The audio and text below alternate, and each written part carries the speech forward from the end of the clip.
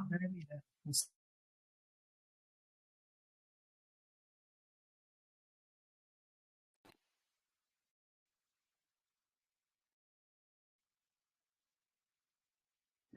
আজকে উচ্চতর হিসাব বিজ্ঞান প্রথম অধ্যায়ের কিছু প্রশ্ন করব। বোধহয় এই সাবজেক্টে একটা ক্লাস হয়েছিল, দুইটা হয়েছিল, তার একটা নেটওয়ার্ক জনিত ইস্যু ছিল বিধায় আমরা বাদ দিছি। তো প্রথম দিন কি কি পড়ছিলাম ঠিক ভুলে গেছি, তারপর আমি একটু মনে করার চেষ্টা করি।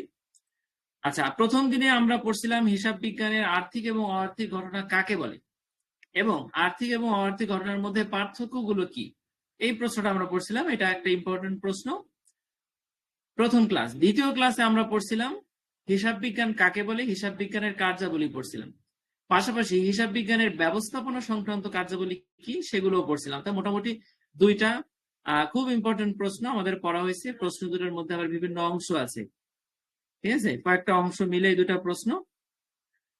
আচ্ছা, এরপরে আমাদের এখানে আমাদের আরো যে প্রশ্নগুলো আমাদের পড়া উচিত এখন, ভেরি ভেরি ইম্পর্টেন্ট যেগুলো, সেগুলো হলো হিসাব বিজ্ঞান তথ্য কি। আমি আপনাদের একটু স্ক্রিনে দেখাই।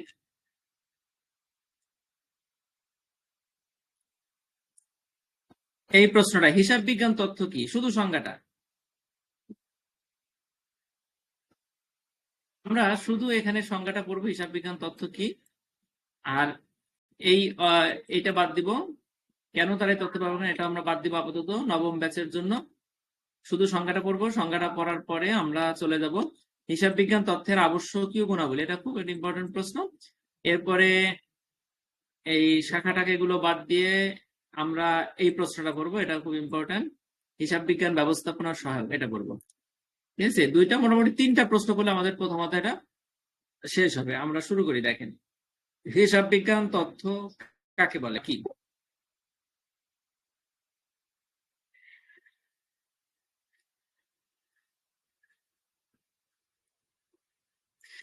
হিসাব বিজ্ঞান তথ্য হলো কোনো প্রতিষ্ঠানের আর্থিক লেনদেনের পরিপ্রেক্ষিতে সংগৃহীত প্রক্রিয়াজাত ও বিশ্লেষিত অর্থনৈতিক তথ্য। আমরা আবার বলি, দেখেন, কোন প্রতিষ্ঠানের আর্থিক লেনদেনের পরিপ্রেক্ষিতে, আর্থিক লেনদেন হবে তার পরিপ্রেক্ষিতে যে তথ্যগুলো সংগ্রহ করবেন, প্রক্রিয়াজাত করবেন এবং বিশ্লেষণ করবেন, সেই তথ্যগুলোই হলো হিসাব বিজ্ঞান তথ্য, যা প্রতিষ্ঠানের আর্থিক অবস্থা, লাভ ক্ষতি এবং কার্যক্রম সম্পর্কে মালিক, ব্যবস্থাপক ও অন্যান্য স্বার্থ সংশ্লিষ্ট পক্ষকে সঠিক সিদ্ধান্ত গ্রহণে সহায়তা করে। তার মানে হিসাব বিজ্ঞান তথ্য হলো কোন প্রতিষ্ঠানের আর্থিক লেনদেনের পরিপ্রেক্ষিতে সংগৃহীত, তিনটা শব্দ মনে রাখেন, সংগৃহীত, প্রক্রিয়াজাতকৃত এবং বিশ্লেষিত অর্থনৈতিক তথ্য, যা প্রতিষ্ঠানের, এখানে তিনটা শব্দ আর এখানে তিনটা শব্দ, যা প্রতিষ্ঠানের আর্থিক অবস্থা, লাভ ক্ষতি এবং কার্যক্রম সম্পর্কে, আর্থিক অবস্থা, লাভ ক্ষতি এবং কার্যক্রম সম্পর্কে মালিক, ব্যবস্থাপক ও অন্যান্য স্বার্থ সংশ্লিষ্ট পক্ষকে সঠিক সিদ্ধান্ত গ্রহণে সহায়তা করে। প্রথম বাক্যটার মধ্যে হিসাব বিজ্ঞান তথ্যের সংজ্ঞা আছে, এখানে আমরা তিনটা তিনটা করে শব্দ আছে, এই তিনটা তিনটা করে শব্দ দিয়ে বড় একটা বাক্য, ঠিক না। এটি আর্থিক ঘটনার মাপকাঠি এবং প্রতিষ্ঠানের কর্মক্ষমতার পরিমাপ হিসেবে কাজ করে। ক্লিয়ার? এইটুকু লিখতে পারলে হিসাব বিজ্ঞান তথ্য হয়ে যাবে। দ্বিতীয় যে প্যারাগ্রাফটা দিবেন, দ্বিতীয় প্যারাগ্রাফটা এইটুকু চাইলে আপনি বাদ দিয়ে জাস্ট এই উদাহরণটা দিবেন, উদাহরণটা খুবই সহজ মনে রাখার মতো। তাহলে হিসাব বিজ্ঞান তথ্য কাকে বলে, প্রথম প্যারাগ্রাফটা আবার পড়ি। দেখেন, হিসাব বিজ্ঞান তথ্য হলো কোন প্রতিষ্ঠানের আর্থিক লেনদেনের পরিপ্রেক্ষিতে সৃষ্ট বা সংগৃহীত যে তথ্য, প্রক্রিয়াজাতকৃত তথ্য এবং বিশ্লেষিত যে অর্থনৈতিক তথ্য, সেটা, যা প্রতিষ্ঠানের আর্থিক অবস্থা, লাভ ক্ষতি এবং কার্যক্রম, আর্থিক অবস্থা, লাভ ক্ষতি এবং কার্যক্রম সম্পর্কে মালিক, ব্যবস্থাপক এবং অন্যান্য স্বার্থ সংশ্লিষ্ট পক্ষকে সিদ্ধান্ত গ্রহণে সহায়তা করে।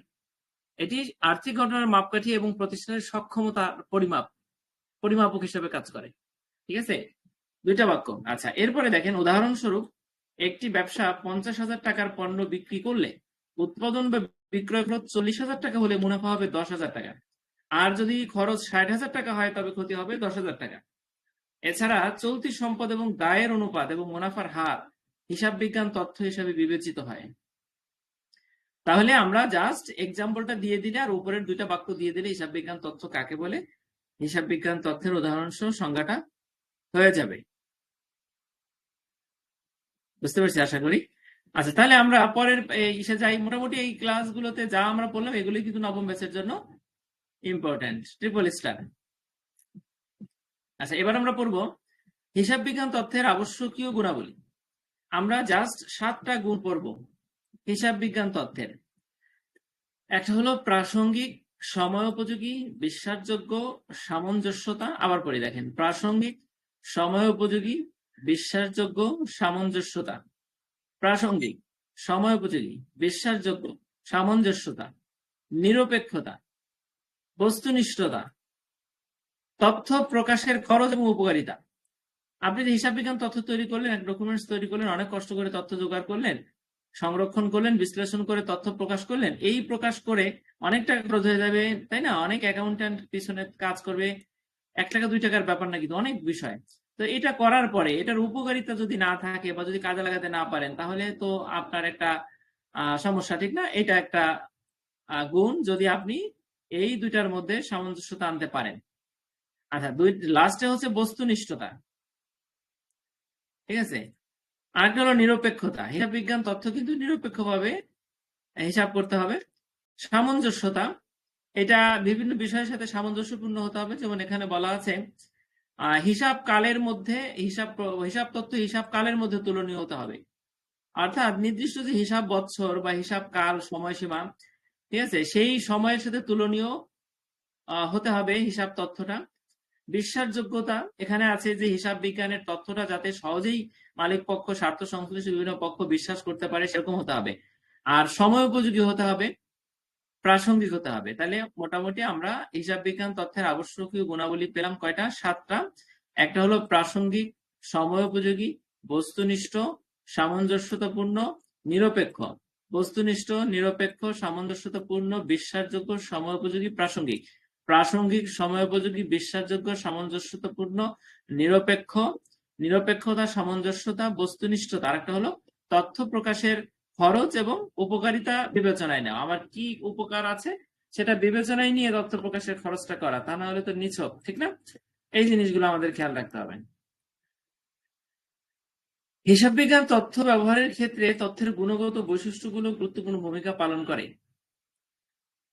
হিসাব বিজ্ঞান তথ্য ব্যবহারের ক্ষেত্রে তথ্যের গুণগত বৈশিষ্ট্যগুলো গুরুত্বপূর্ণ ভূমিকা পালন করে। সঠিক, প্রাসঙ্গিক এবং বিশ্বাসযোগ্য তথ্য ছাড়া ব্যবসায়িক সিদ্ধান্ত গ্রহণ ভুল হওয়ার সম্ভাবনা থাকে। তাই হিসাব বিজ্ঞানের তথ্য যাতে ব্যবহারকারীর চাহিদা পূরণে কার্যকর হয়, সেজন্য কিছু নির্দিষ্ট গুণগত বৈশিষ্ট্য থাকতে হবে। এখানে কি বলছে যে হিসাব বিজ্ঞান তথ্যের বৈশিষ্ট্যগুলো খুবই গুরুত্বপূর্ণ। সঠিক, প্রাসঙ্গিক তথ্য ছাড়া ব্যবসায়িক সিদ্ধান্ত নেওয়া যায় না। হিসাব বিজ্ঞান তথ্য যাতে ব্যবহারকারীর চাহিদা পূরণে সক্ষম হয়, সেজন্য নির্দিষ্ট গুণগত বৈশিষ্ট্য সম্পন্ন হতে হবে। তা আমরা এখন হিসাব বিজ্ঞান তথ্যের আবশ্যকীয় গুণাবলীগুলো কি কি সেগুলো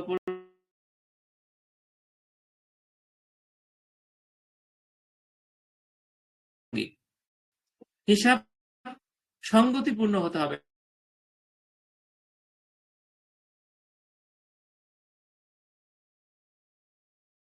অর্থাৎ যে উদ্দেশ্যে ব্যবহার করবো সেই উৎসের সাথে সঙ্গতিপূর্ণ হতে হবে। বিভিন্ন উদ্দেশ্যে ব্যবহার করা হয় বলে ব্যবসায়ের অতীত, বর্তমান এবং ভবিষ্যৎ কাজকর্মের সাথে এর সঙ্গতি অবশ্যই থাকা উচিত।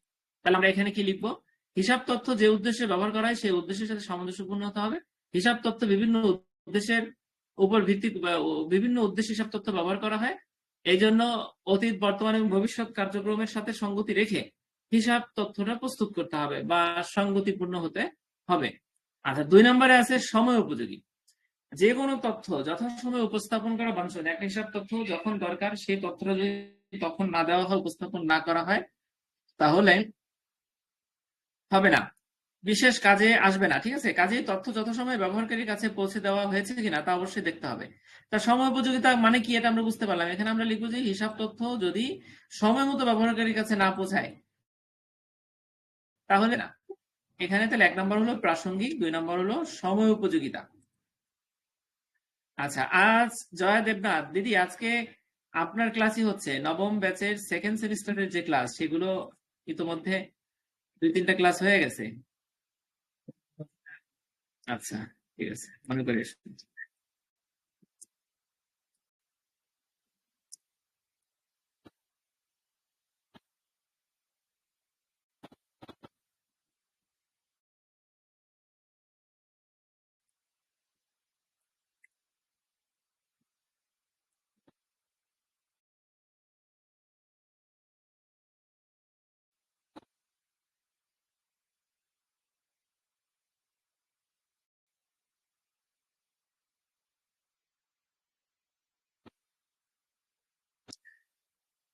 আচ্ছা, যদি শোনা না যায় তাহলে একটু আমাকে বললেন যে শোনা যাচ্ছে না। আশা করি শুনতে পাচ্ছেন সবাই। আচ্ছা, দেখেন, হিসাব বিজ্ঞান তথ্যের আবশ্যকীয় গুণাবলী প্রথমে আমরা পেলাম প্রাসঙ্গিকতা, সময় উপযোগিতা, শেষ। 3 নম্বর হলো বিশ্বাসযোগ্যতা। এখানে কি আছে? হিসাব তথ্য অবশ্যই বিশ্বাসযোগ্য এবং নিরপেক্ষ হতে হবে। তাই তথ্য যেসব দলিলপত্র হতে নেওয়া হয়েছে তা অবশ্যই নির্ভরযোগ্য হতে হবে। যে সকল দলিলপত্র থেকে আপনি তথ্য নিছেন সেই তথ্যগুলো নির্ভরযোগ্য হতে হবে। নির্ভরযোগ্য হলেই আপনার হিসাব তথ্য অবশ্যই বিশ্বাসযোগ্য, নিরপেক্ষ হবে। এসব তথ্য নির্ভুল, বিশ্বস্ত এবং পক্ষপাতহীন হওয়া একান্ত বাঞ্ছনীয়। তাহলে বিশ্বাসযোগ্যতা, যখন এগুলো নিরপেক্ষ, বিশ্বস্ত, পক্ষপাতহীন হবে এবং এর উৎস বা দলিলপত্রগুলো যখন ত্রুটিপূর্ণ হবে তখনই এটাকে আমরা চোখ বন্ধ করে বিশ্বাস করব।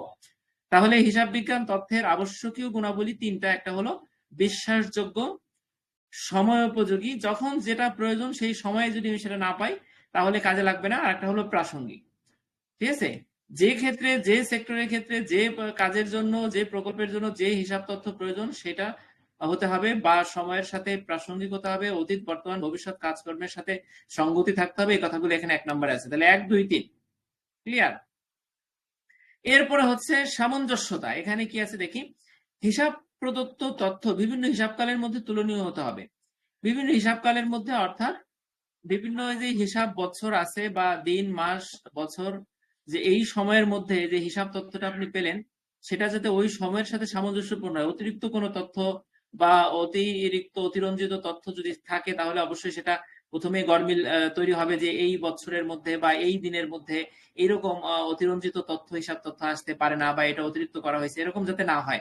অর্থাৎ সময়ের সাথে যেমন সামঞ্জস্যপূর্ণ হয় ঠিক তেমনি এখানে আপনি অতিরিক্ত একটা কথা ঢুকাতে পারেন। প্রতিষ্ঠানের যে আর্থিক সঙ্গতি, প্রতিষ্ঠানের যে বেচা বিক্রয় এর সাথে যাতে সামঞ্জস্যপূর্ণ হয়। ঠিক আছে? মানে অতিরিক্ত যাতে না হয় সেই কথাগুলো এখানে আমরা লিখবো। সামঞ্জস্যতা বিভিন্ন ভাবে আমরা লিখতে পারি। তাহলে 1, 2, 3, 4 কি কি আছে? সামঞ্জস্যতা, বিশ্বাসযোগ্যতা, সময়োপযোগিতা, প্রাসঙ্গিকতা। ক্লিয়ার? 4টা। এরপরে আছে নিরপেক্ষতা। দেখেন, FASB, financial accounting standards board, এই যে একটা প্রতিষ্ঠান, এরা যে হিসাব তথ্য প্রস্তুতের জন্য যে আন্তর্জাতিক বিধিমালা বা নিয়ম নীতি তৈরি করছে সেইটার আলোকে হচ্ছে কিনা সেটা দেখতে হবে। তথ্যের মধ্যে কোনো বিশেষ উদ্দেশ্য সাধনে কোনো বিশেষ পন্থা ব্যবহার করা হয়েছে তা এ ধরনের কোন খবর না থাকলে সেটা অবশ্যই নিরপেক্ষতা। এখানে কি বলা হয়েছে? এফএসবি এর মতে তথ্যের মধ্যে কোনো বিশেষ উদ্দেশ্য সাধনা, অর্থাৎ যদি এরকম হয় যে প্রতিষ্ঠানের বিক্রয়টা একটু বেশি দেখাতে হবে অথবা কর ফাঁকি দেওয়ার জন্য মুনাফা কম দেখাতে হবে, এরকম যদি হয়, অর্থাৎ বিশেষ উদ্দেশ্য সাধনে কোনো বিশেষ পন্থা ব্যবহার করা হয়েছে, এ ধরনের কোনো খবরাখবর যদি থাকে তাহলে সেটা নিরপেক্ষ না। এফএসবি তাদের যে নিরপেক্ষতা সংক্রান্ত যে সংজ্ঞাগুলো তারা তাদের বিধিতে উল্লেখ করছে তার মধ্যে একটা কথা আছে যে বিশেষ উদ্দেশ্য সাধনের জন্য বা বিশেষ পন্থা ব্যবহার করার জন্য কোনো ধরনের পন্থা অবলম্বন করা হয়েছে এরকম যদি খবরাখবর না থাকে তাহলে সেটা নিরপেক্ষতা, সেটাই নিরপেক্ষতা। বুঝতে পারছেন? নিরপেক্ষতার সংজ্ঞা তারা কিভাবে দিছে?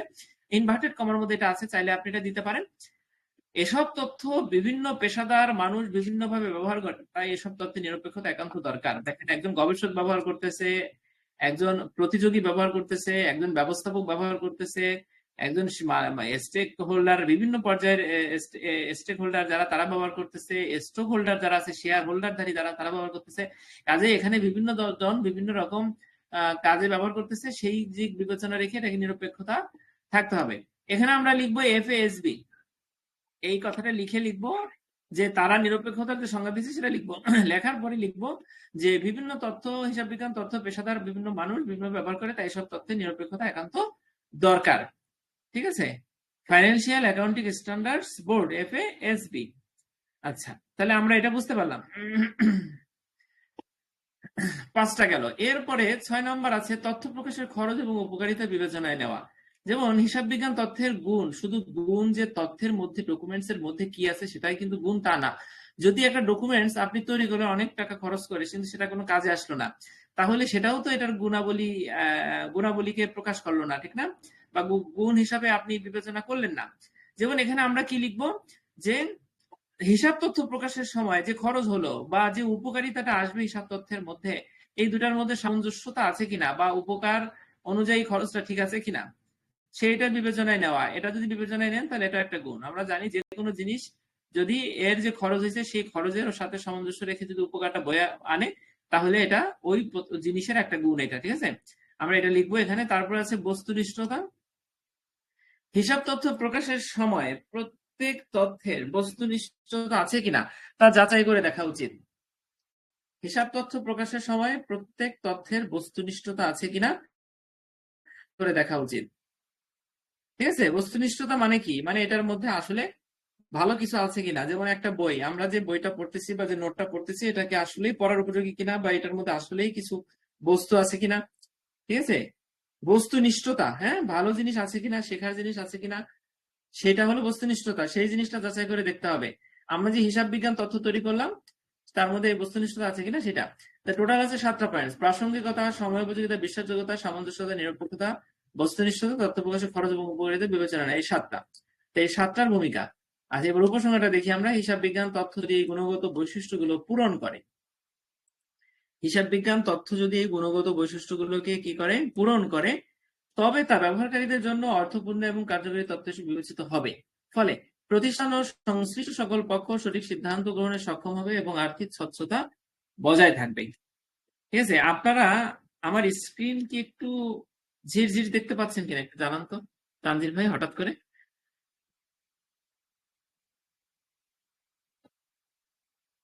হ্যালো, শুনতে পাচ্ছেন সবাই? আসসালামু আলাইকুম ভাইয়া। হ্যাঁ, স্ক্রিনে কি ক্লিয়ার একটু সমস্যা হচ্ছে কিনা আপা, মাহমুদ আপা? ভাই, ক্লিয়ার দেখা যাচ্ছে। ক্লিয়ার দেখা যাচ্ছে? মানে স্ক্রিনে লেখা কোনো, মানে যে টিভিতে যেমন ঝিরঝির জি করে না, এরকম হচ্ছে কিনা? ঠিক আছে, হচ্ছে না, না? এখন ঠিক আছে। না ভাই, ক্লিয়ার একেবারে।